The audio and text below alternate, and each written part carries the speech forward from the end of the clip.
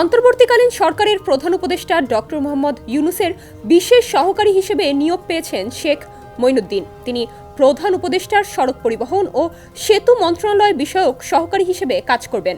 আজ মন্ত্রিপরিষদ বিভাগের এক প্রজ্ঞাপনে এ তথ্য জানানো হয়েছে। বিগত ১.৫ দশকে বাংলাদেশের সড়ক, সেতু ও এ খাতের অবকাঠামো নির্মাণে প্রায় ১.৫ লাখ কোটি টাকা খরচ করা হয়েছে। তবে অভিযোগ হলো এ খাতের প্রকল্পগুলোর ব্যয় অত্যাধিক, বাস্তবায়নে দীর্ঘ সময় ক্ষেপণ হয়েছে। বিপুল বিনিয়োগের পরও সড়ক অবকাঠামোর পূর্ণ সুফল পাচ্ছে না দেশবাসী।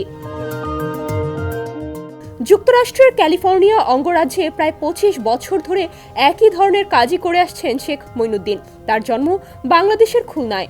উচ্চ মাধ্যমিক পড়ার পরই যুক্তরাষ্ট্রে পাড়ি জমিয়েছিলেন তিনি। এখন তিনি যুক্তরাষ্ট্রেই রয়েছেন। শিগগিরই বাংলাদেশে এসে দায়িত্ব নেবেন। সরকারের সংশ্লিষ্ট সূত্র জানায়, মূলত শেখ মঈনুদ্দিনকে সড়ক ও সেতু মন্ত্রণালয়ের দায়িত্ব দেওয়া হয়েছে সড়ক অবকাঠামো নির্মাণে অত্যাধিক ব্যয়ের বিষয়টিতে হ্রাস টানা, নিরাপদ সড়ক নিশ্চিত করা এবং রাজধানী ঢাকাসহ গুরুত্বপূর্ণ সড়কে যানজট কমিয়ে আনার জন্য। ২০১৬ থেকে ২০২৩ সাল পর্যন্ত Sheikh Mainuddin California department of ট্রান্সপোর্টেশনের প্রোগ্রাম ও প্রকল্প ব্যবস্থাপনা বিভাগে প্রকল্প ব্যবস্থাপক হিসেবে দায়িত্ব পালন করেন। ২৫ বছরেরও বেশি সময় ধরে লস অ্যাঞ্জেলেসের সরকারি খাতে বহু বিলিয়ন ডলারের অবকাঠামো প্রকল্পের নেতৃত্ব দিয়েছেন তিনি। কালার এক্সপার্ট, জর্জ স্যাপ এবং মাইল্ড অন হ্যান্ডস টেকনোলজি সমৃদ্ধ অরিক্স ক্রিস্টাল ওয়াশ আপনার লন্ড্রি এক্সপার্ট।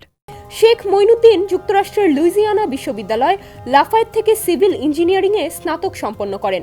পরে ক্যালিফোর্নিয়া স্টেট ইউনিভার্সিটি থেকে সিভিল ইঞ্জিনিয়ারিংয়ে স্নাতকোত্তর এবং university of California Los Angeles থেকে সিভিল ইঞ্জিনিয়ারিংয়ে পিএইচডি ডিগ্রি অর্জন করেন। তিনি American association of Bangladeshi engineers and architects কেন্দ্রীয় সভাপতি হিসেবেও দায়িত্ব পালন করেছেন।